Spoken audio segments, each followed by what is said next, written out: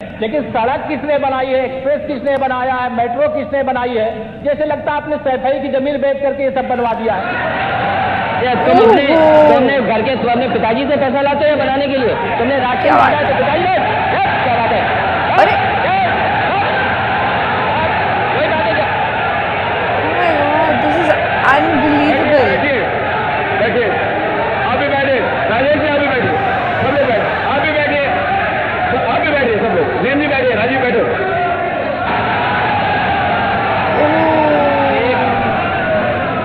योगी जी आ गए। 1 घंटे गुस्से में लाल अखिलेश यादव ने दे दी गाली और फिर सीएम योगी का गुस्सा देख सहम गया सदन। जितना मैंने अखिलेश यादव जी को सुना है, मैं बिलीव नहीं कर सकती कि वो गाली दे सकते होंगे। बट चलो इस वीडियो में देख करके क्लैरिफाई हो जाएगा। और योगी जी के तो मैंने वीडियोस देखे गाली गलौज करते हुए, शायद आपने नहीं देखे होंगे और ना देखना ही बेहतर है, क्योंकि गालियां बड़ी गंदी होती है भाई। और इस वीडियो के जरिए मैं ये भी एक मैसेज देना चाहती हूँ कि क्या बोल रहे हो गालियों में, ये तो देखो कि उसका मीनिंग क्या निकल के आ रहा है। और ज्यादातर ये गालियां सब औरतों के शरीर पे या फिर शारीरिक संबंध पे बेस्ड होती हैं। तो एक पवित्र चीज को कितना अपवित्र और अभद्र किया जा रहा है इन गालियों के जरिए। I hope you got the message. Hey hi hello नमस्ते जी, सत श्री अकाल, अस्सलाम वालेकुम।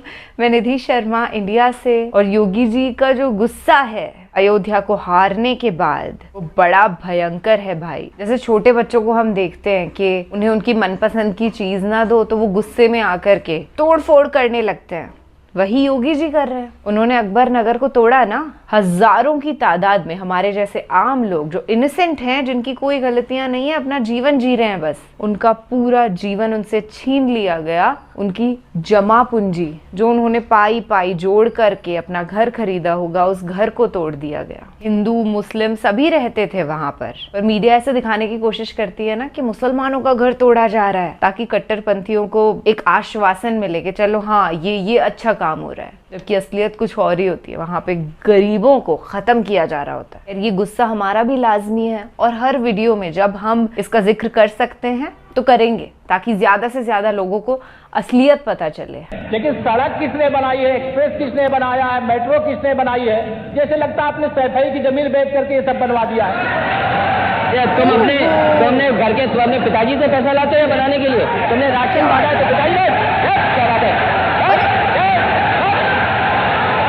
कोई बात है? This is unbelievable. 1 घंटे से अधिक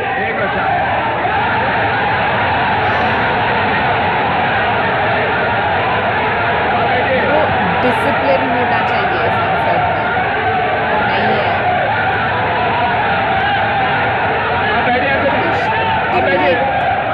माननीय अध्यक्ष जी, नेता सदन खड़े हैं माननीय, आप अनुमति दे चुके हैं, उसके बाद ये शोर शराबा ठीक नहीं है, ये उचित बात नहीं। अध्यक्ष जी 1 घंटे से अधिक पूरा सदन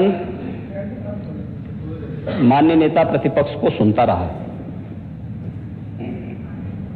बड़ी शालीनता के साथ उन्होंने अपनी बात कही। विपक्ष के नेता का जो दायित्व था, उन्होंने अपने कर्तव्यों का निर्वहन किया। हम लोगों ने सुना। इस सदन में और सरकार के उप मुख्यमंत्री अपनी बात को रख रहे हैं, बीच में रनिंग कमेंट्री का मतलब क्या है? और दूसरा, एक सम्मानित नेता के खिलाफ असभ्य शब्दों का प्रयोग हो, तो शब्द का प्रयोग हो, ये ठीक नहीं है। और मैं बड़ी विनम्रता से कहूंगा नेता प्रतिपक्ष को कि आपको इतना उत्तेजित नहीं होना चाहिए। देखिए, सफाई की बात नहीं कर रहा हूं मैं, सवाल सफाई का नहीं है। देखिए, हम लोग भी जो विकास कार्य करा रहे हैं, या आपकी सरकार के समय जो विकास कार्य हुए होंगे, ये हमारी ड्यूटी थी। सरकार होती है और हर सरकार को अपनी उपलब्धि को कहने का अधिकार है। माननीय उप मुख्यमंत्री जी ने बिल्कुल सही कहा कि विकास, आपने कहा, आप विकास की जब चर्चा हुई तो उन्होंने जो बातें कही बिल्कुल ठीक ढंग से की थी। आपके यहां के दूसरे नेता या जब माननीय उप मुख्यमंत्री का यहां पर भाषण संपन्न होता, उसके बाद अपनी बात आप लोग कह सकते थे। लेकिन देखिए, मैं कल भी देख रहा था, कल माननीय वित्त मंत्री जब यहां पे जवाब देने के लिए खड़े हुए, उन पर जिस तरीके की भाषा का प्रयोग उस समय किया गया, आज फिर हम देख रहे हैं। देखिए, लोकतंत्र में हर सदस्य को सदन में अपनी बात रखने का पूरा अधिकार है, और अगर आप कहेंगे तो कैसे इस बात की अपेक्षा रखते हैं कि इस पार से उसका जवाब नहीं मिलेगा।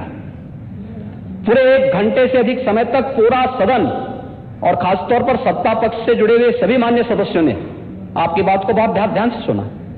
देखिए, सहमत होना ना होना अपना विषय है, नहीं सवाल दूसरा नहीं। देखिए, सवाल देखिए, सफाई भी इसी प्रदेश का हिस्सा। अध्यक्ष महोदय, सवाल ये नहीं है, मैं सुनने को तैयार हूं। अच्छा, मुखर्जी बोल रहे हैं, सफाई भी तो इसी प्रदेश का हिस्सा है। नहीं, सफाई देखिए, भाषा आप उसको बाद में बोल सकते हैं। देखिए, हमारी सहमति असहमति हो सकती है, देखिए हमारी असहमति असहमति हो सकती है किसी बात पर, हम बाद में इस बात को करेक्शन करा सकते हैं, लेकिन तो मैंने शब्द का प्रयोग नहीं किया जाना चाहिए और किसी भी असभ्य भाषा का प्रयोग नहीं होना चाहिए। और मैं माननीय अध्यक्ष जी से अनुरोध करूंगा कि अगर इस प्रकार की शब्दावली प्रोसीडिंग का हिस्सा बनी है तो कृपया उसको हटवा दें, क्योंकि ये गलत परंपरा होगी और मैसेज का देश के अंदर खराब जाएगा। हमें हमेशा इस बात को ध्यान में रखना होगा, सदन की मर्यादा का ध्यान हर हाल में बनाए रखना होगा। दूसरा, जब एक सदस्य बोल रहा हो तो सदस्य के बीच, और खासतौर पर उप मुख्यमंत्री बोल रहे हो तो बीच में रनिंग कमेंट्री करना, बीच में धमकी देना, ये चीजें ठीक नहीं है और मुझे लगता है सदन की मर्यादाएं इससे आहत होती हैं। कोई भी इसको नहीं स्वीकार करेगा और मैं विनम्रता से कहूंगा माननीय नेता प्रतिपक्ष को, उनका सम्मान है, वे सबसे बड़े विपक्षी दल के नेता हैं और मुझे लगता है कि इस मर्यादा की अपेक्षा केवल सत्ता पक्ष से ही न करें, विपक्ष भी उस मर्यादा का पालन करेगा तो दोनों का सम्मान बना रहेगा और ये सम्मान दोनों का बना रहे। देखिए, सहमति और सहमति लोकतंत्र की ताकत है, या आवश्यक नहीं, हम ये नहीं कहते हमारी बात से सहमत हूं, या मैं ये भी नहीं कह सकता कि मैं आपकी बात से सहमत हूं। जब मेरी बारी आएगी, मैंने तो पूरे 1 घंटे तक आपकी बात को सुना, मेरी बारी जब मेरे दल की ओर से मेरी बारी लगाई जाएगी, मैं उस दिन अपनी बात को यहां पे रखूंगा। मैंने आपके पूरे भाषण को इसीलिए सुना ही नहीं, प्रोसीडिंग मंगाऊंगा, फिर देखूंगा, उसका पूरा जवाब भी दूंगा यहां सदन पे, और मैं उम्मीद करूंगा कि सभी विपक्षी नेतागण उस दिन यहां पर हमारी बात को भी सुनेंगे। लेकिन एक सरकार के वरिष्ठतम नेता में से एक और उप मुख्यमंत्री जो लगातार दूसरी बार उप मुख्यमंत्री हो रहे हैं, उनके द्वारा अपनी बात को रखा जा रहा हो, मुझे लगता है शालीनता से हमें सुनना चाहिए। अगर हमें लगता है गलत हो रहा है, देखिए बहुत सारी चीजें अगर हम भी इस बात को कहते, बहुत सारी चीजें नेता प्रतिपक्ष भी ऐसी थी जो आपत्तिजनक हो सकती थी, हमने सुना नहीं, हमें जो स्वीकार करना होगा वो स्वीकार करेंगे और उसका जवाब देंगे भी, लेकिन बीच में इस तरीके की उत्तेजना दिखाना उचित नहीं है। देखिए, माहौल इससे खराब होता है और अनावश्यक रूप से बाहर मैसेज खराब जाता है। हमारे बारे में टिप्पणियां होती हैं, सदन के बारे में टिप्पणी होती है, हर एक सदस्य की मर्यादा भंग होती है और सदस्य की इसका सम्मान बाहर तार होता है, पब्लिक में इसका मैसेज खराब होता है और इस प्रकार की शब्दावली का प्रयोग न हो। और अगर ये तो शब्द का प्रयोग हुआ है तो मैं आपसे अनुरोध करूंगा कि कृपया इसको सदन की प्रोसीडिंग का हिस्सा कतई न बनाने दिया जाए, क्योंकि ये आने वाले समय में नजीर बनेगा।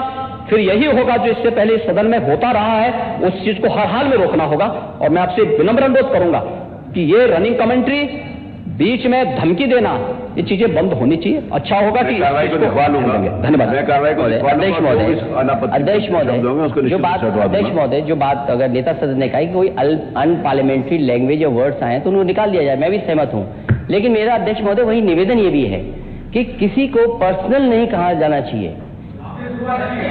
सैफई, आपको बहुत ज्यादा सैफई की जमीन बेच करके हम और आप लोग को जनता हमें मौका देती है अपना बजट खर्च करने के लिए, आपको और हमें मौका मिलता है। मुख्यमंत्री जी ने कहा ना कि कोई भी वो सरकारी पैसे से होता है। मेरा यही निवेदन है नेता संघ से, बहुत अच्छी तरीके से इस तरह की बात नहीं आया कि जमीन बेच करके कर दिया जाए।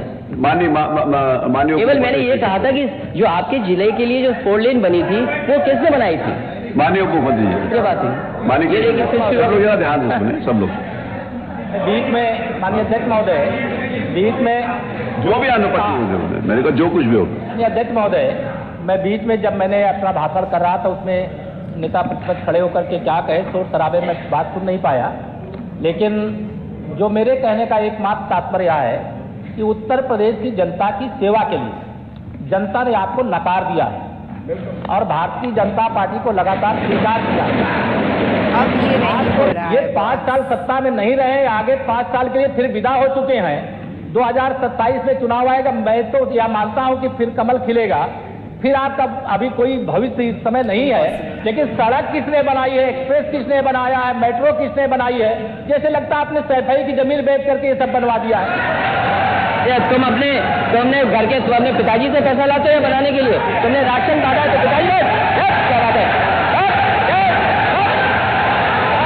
साफ दिखाई दे रहा है कि अखिलेश यादव जी ने कोई गाली तो नहीं दी पर उनको डीफेम करने की कोशिश जरूर की जा रही है। और जहां तक योगी जी के स्पीच की बात है, उन्होंने बिल्कुल सही कहा कि सदन का जो माहौल है वो मेंटेन रहना चाहिए, किसी को तू मैमे में नहीं फंसना चाहिए। और अखिलेश जी इस बात को थोड़ा शालीनता से कह सकते थे ताकि ये न्यूज ना बने। Along with that Yogi ji का आपने वो वीडियो देखा है, मिट्टी में मिला देंगे, और उन्होंने फिर उस अकॉर्डिंग एक्शंस भी लिए, मिट्टी में मिलाया भी, लोकतंत्र को परे रख करके उन्होंने ऐसी हरकतें करवाई जिससे पुलवामा अटैक का जब खुलासा हो रहा था तो उस पे देश की जनता का ध्यान ना जाए और भटक करके अतीक अहमद का जो एनकाउंटर है उस पर सब लोग फोकस करने लगे। बिल्कुल सेम टाइमिंग पे हुआ था ये, और एक और बार भी ऐसा हुआ है, आपको याद होगा। तो ऐसे डेमोक्रेसी को हाथ में लेना बिल्कुल गलत बात है। और जो विकास होता है वो जनता के ही टैक्स